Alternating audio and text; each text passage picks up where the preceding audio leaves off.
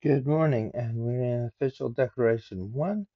There is a lot to get through. I've done this already and had some technical difficulties on YouTube, and so I'm doing it again, and I've got official declaration two as well.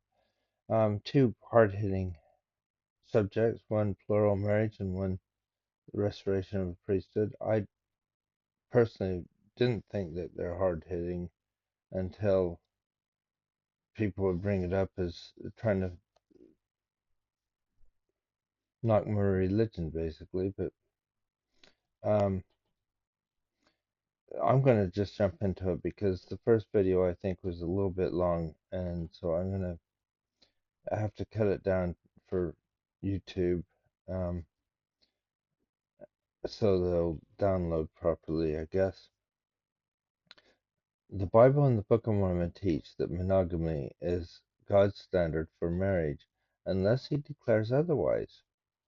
See Samuel, that is about um, David having more than one wife, and Samuel saying, well, we weren't even happy about uh, what you had, and yet what you went after um, someone else's wife.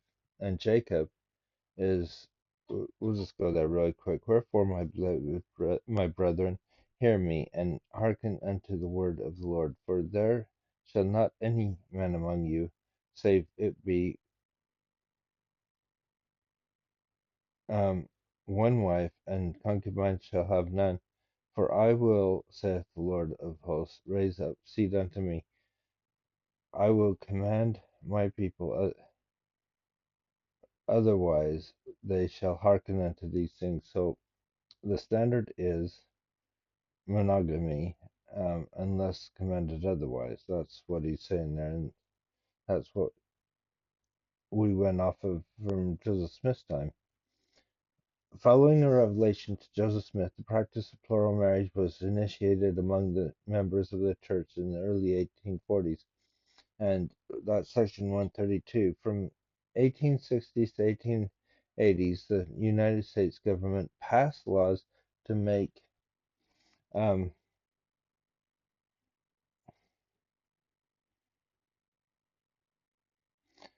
um, this religious practice illegal.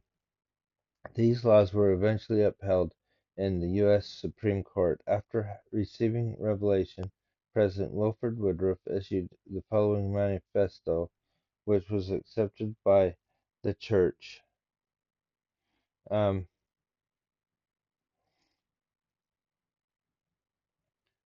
uh, and binding on October 6, 1890.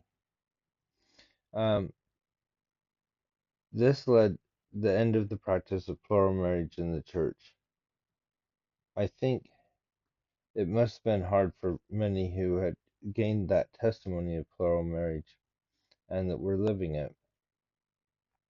But remember, by this time, they hadn't been practicing it in public anyway for some time, um, and we'll see that in this manifesto. To whom it may concern, press dispensers have been sent for political purposes from Salt Lake City, which have been widely published to the effect that the Utah Commission, in their recent report to the Secretary of the Interior, alleged that plural marriages are still being solemnized, that 40 or more such marriages have been contracted in Utah since the last June or during the past year. Also, in public discourses, the leaders of the church have taught and encouraged and urged the continuance of the practice of polygamy. Now, even in our day, I've seen people stop at that point thinking, oh, look, see, polygamy. Um, but look what happens when you read on and you understand the circumstance properly. I, therefore, as President of the Church of Jesus Christ of Latter-day Saints, do hereby, in most solemn manner, declare that these charges are false. So it's all false there. Already, he's telling us that. We are not teaching polygamy or plural marriage, nor permitting any person to enter into its practice. This is the head of the church. This is the person you should be listening to, not people who are saying, oh, look at the horrible things, and yet they will believe that rather than believe the people who actually practiced it or that lived in those eras. I that deny that either 40 or any number of plural marriages have during that period been solemnized in the temples or in any other place in the territory. Very strong. Now he says here, one case has been reported in which the alleged parties alleged that the marriage was performed in the endowment house in Salt Lake City in the spring of 1889. But I have not been able to learn who performed the ceremony. Whatever was done in this matter was without my knowledge. He's saying, I know of one case at most, but I don't even know that. I just know somebody's told me about it. And in consequence of this alleged occurrence, the endowment house was, by my instructions, taken down without delay. Remember, the endowment house was set up so they could get their endowments done while the temples were being built. Now they've got at least the temple in Logan. I think the Salt Lake Temple should be finished soon. There's they might I think they might have St. George Temple and very shortly the Manti Temple all in operation to do the work that they need to do. Inasmuch as laws have been enacted by Congress forbidding plural marriage, which laws have been pronounced constitutional by the court of last resort. I like the way he says last resort. I hereby declare my intention to submit to those laws and, and use my influence with the members of the church over which I preside to have them do likewise. Notice this goes back to the Articles of Faith. We uh, of being subject to kings, rulers, magistrates, and so forth, presidents. Um, and they're willing to do that. There is nothing in my teachings to the church and those or those of my associates during the time specified. I think this is something like a 30-year period or something there. I'm not sure.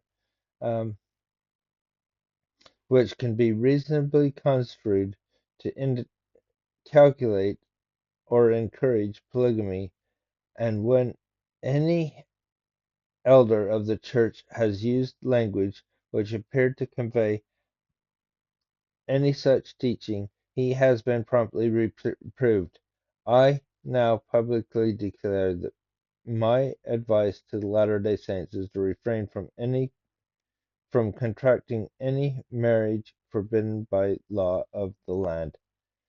And this will be binding, of course, not just there, but it's a worldwide church now, and we should forbid any marriage that's not um, followed by the law of land. It doesn't mean that you can't um, try to think of a different way to look at it as well. President Snow offered the following. I move that we recognize Joseph Wilford Woodruff, as president of the Church of Jesus Christ of Latter-day Saints and the only man on earth at present time who holds the keys of the sealing ordinances.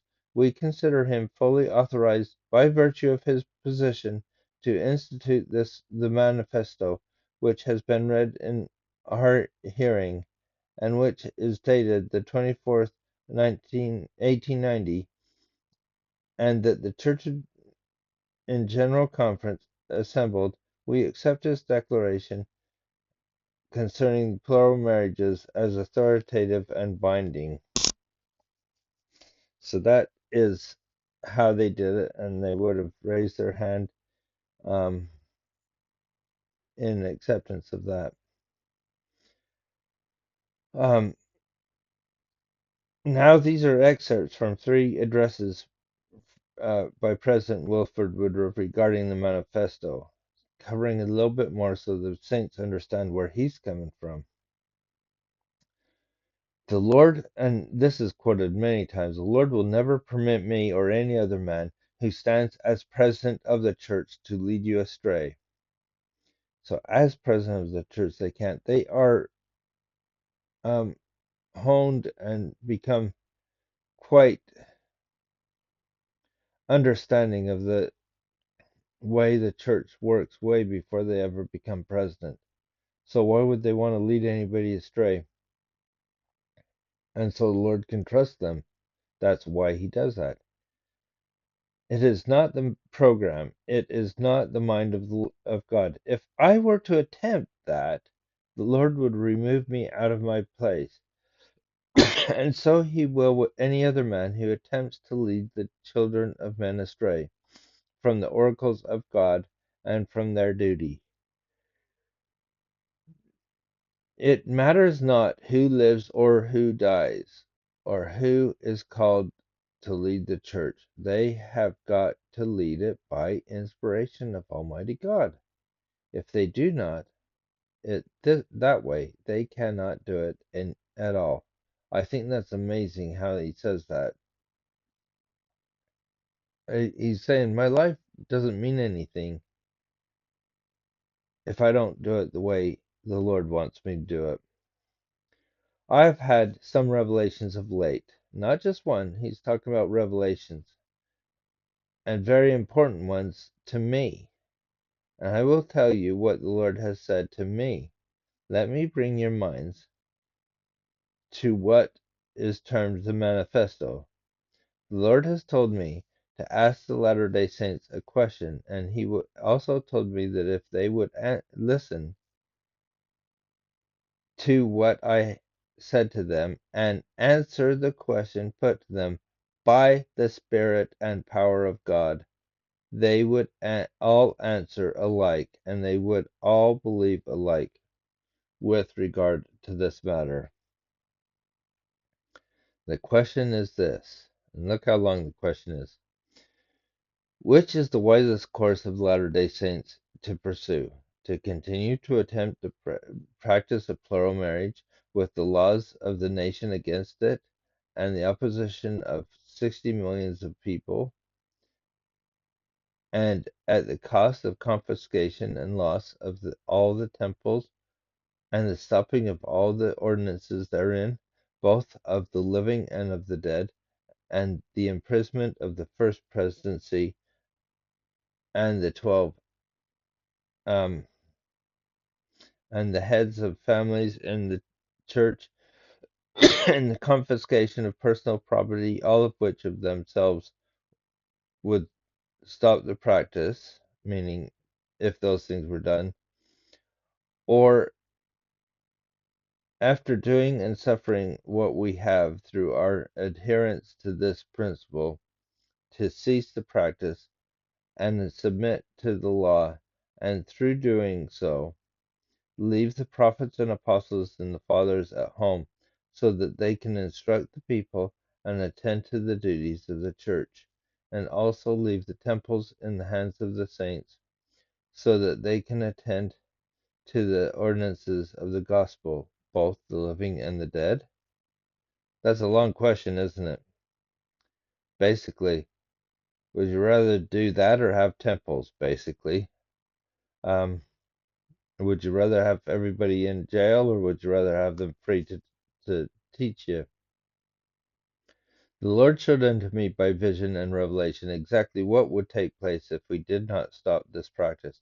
If we had not stopped it, it had would have had no use for any of the men in this temple at Logan, for All ordinances would be stopped through the land of Zion. Confusion would reign throughout Israel, and many men would be made prisoners. Notice the word prisoners. This trouble would have come upon the whole church, and we should have been compelled to stop the practice. Now the question is whether it should be stopped in the manner or in the way the Lord has manifested to us, and leave our prophets and apostles and fathers free men, and the temples in the hands of the people, so the dead may be redeemed. Now notice this sentence. A large number has already been delivered from prison. There's that word prison again, but this time instead of the people being in prison, they're releasing the people from prison house in the spirit world by this people. And shall the work go on or stop? This is the question I lay before the saints.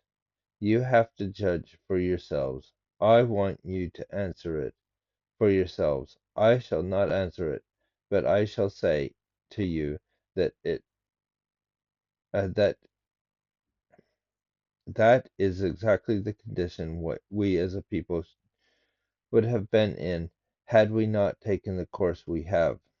I saw exactly what would come to pass if there was not something done. I have had this spirit upon me for a long time, but I want to say this. I should have let all the temples go out of our hands. I should have gone to the prison myself and let every other man go there, had not God of heaven commanded me to do what I did do. And when the hour came, I was commanded to do that. It was all clear to me. I went before the Lord and I wrote what the Lord told me to write. I leave this with you for your for you to contemplate and consider. The Lord is at work with us. Finally, now I will tell you what was manifested to me, and what the Son of God performed in this thing. All these things would have come to pass as the Almighty God lives, had not the manifesto been given. Therefore, the Son of God felt disposed to have that thing presented to the church and to the world for the purpose in his own mind. The Lord had decreed establish the establishment of Zion. He decreed the finishing of this temple. He decreed that the salvation of the living among the dead should be given in the valleys of the mountains. The Almighty God decreed that the devil should not thwart it. If you can understand that, is the key to it. Sorry. We should look to the temples more often. Obviously, it is that important then and it is now. And don't get hung up on something that was, 130 years ago, over 130 years ago. I've heard people be hung up on that, and I don't understand how they can do it. And remember also, there is between 5 and 30% that ever practiced in any time. At the highest point of polygamy. And can you remember 130 years ago who was the 30% who got 30% of the vote of the president of the United States or the um, um, prime minister of England? Well, if you can, then you've got quite a memory. I can't even remember who was president or prime minister right at the time. Sorry about the coughing. So I'm going to end there, and I hope you have a wonderful day, and we'll see you tomorrow.